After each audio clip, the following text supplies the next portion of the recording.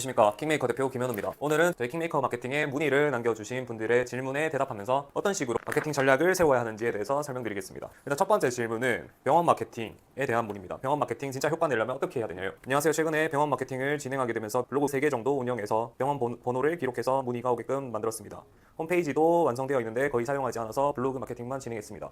그런데 실제로 어느 정도 전환은 오긴 했는데 효과가 떨어지는 부분이 느껴져서 조금 더 효과를 볼 수 있는 방법이 없을까요? 이런 문의가 왔습니다. 또 DB 마케팅에 문의를 주셨습니다. 마케팅 하는 회사들에서 마케팅을 진행했는데 진행해보니 DB는 들어온데 DB 질이 생각보다 좋지가 않다. 그래서 괜찮은 DB를 어떻게 구하냐? 이렇게 질문이 들어왔습니다. 이거에 대해서 제가 한번 답변을 드려보겠습니다. 먼저 첫 번째로 병원 중에서도 성형외과, 피부과 같은 객단가 큰 곳들과 그리고 DB 마케팅을 진행하는 일반 회사, 프랜차이즈 본사, 그리고 일반적인 인테리어 회사, 이런 회사들에서 DB 마케팅을 많이 진행합니다. 일단 첫 번째 질문인 병원부터 제가 설명을 드리겠습니다. 병원 마케팅은 기본적으로 대표님들이 브랜드 블로그를 기반으로 많이 하십니다. 병원 자체는 광고 심의가 의료법 기준으로 돼 있어서 제한이 어느 정도 걸려요. 이미지 소재나 사진을 노출시킬 때 심의에 많이 걸립니다. 그래서 제일 많이 하시는 게 브랜드 블로그를 주력 채널로 많이 쓰시고 대부분 홈페이지가 있습니다. 네이버 탭에서는 플레이스 광고는 일단 기본으로 띄우고 파워링크나 CPC 광고 이런 식으로 많이 진행을 하십니다. 방금 문의 주신 분도 블로그를 3개 정도 해서 글로서만 마케팅을 진행하셨습니다. 블로그 각각에서 원고를 발행해서 그 밑에 전화번호를 적어서 DB를 모으셨습니다. 근데 이렇게 진행하는 거는 사실은 한계가 있을 수밖에 없어요. 그래서 설명드릴 부분은 브랜드 블로그, 인스타 채널이든 내 채널이든 이런 것들은 결국에는 내가 지금 어떤 병원, 어떤 시술을 하고 있다에 대한 컨텐츠, 우리 병원이 뭐가 좋다에 대한 컨텐츠를 올리는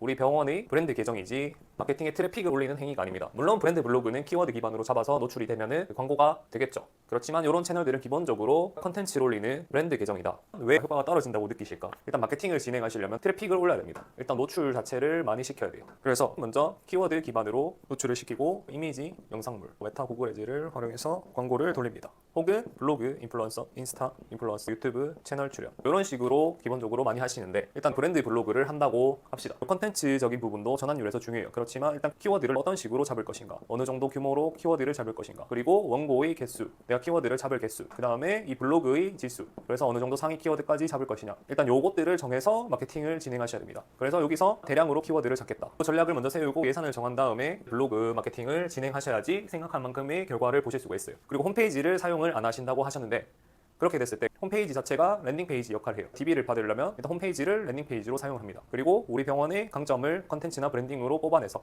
홈페이지로 전환을 시켜요. 그래서 여기서 소재를 잘 만들어서 클릭 당단가를 낮추고 광고 비용을 효율적으로 사용해서 결국에는 돈으로 트래픽을 가져옵니다. 마찬가지로 인스타 유튜브에서도 콘텐츠를 만드는 게 곧 광고 소재예요. 내가 콘텐츠를 잘 만들었다. 소재를 이용해서 메타 광고를 돌려서 랜딩페이지로 도달을 시킵니다. 그리고 요즘에 많이 사용하는 방식은 브랜드 블로그에 콘텐츠를 고관여로 써요. 어떤 한 시술에 대해서 콘텐츠를 씁니다. 이미지 혹은 영상 소재를 광고 소재를 만들어서 블로그의 랜딩으로 시켜요. 그랬을 때 광고 이미지를 보고 병원의 브랜드 블로그로 들어와서 이 시술에 대한 정보를 받습니다. 그리고 여기 제일 아래 우리가 컨텐츠로 기획해 놓은 병원의 홈페이지를 마지막에 걸어놔요. 그랬을 때 광고로 이입됐지만 전환이 나오는 컨텐츠에서 글을 읽습니다. 그리고 홈페이지에 들어가서 DB를 남길 확률이 커져요. DB 마케팅 자체도 이런 식으로 해야지 질 좋은 DB를 가지고 올 수 있어요. 그런데 대부분 어떤 식으로 DB 마케팅이 이루어지냐?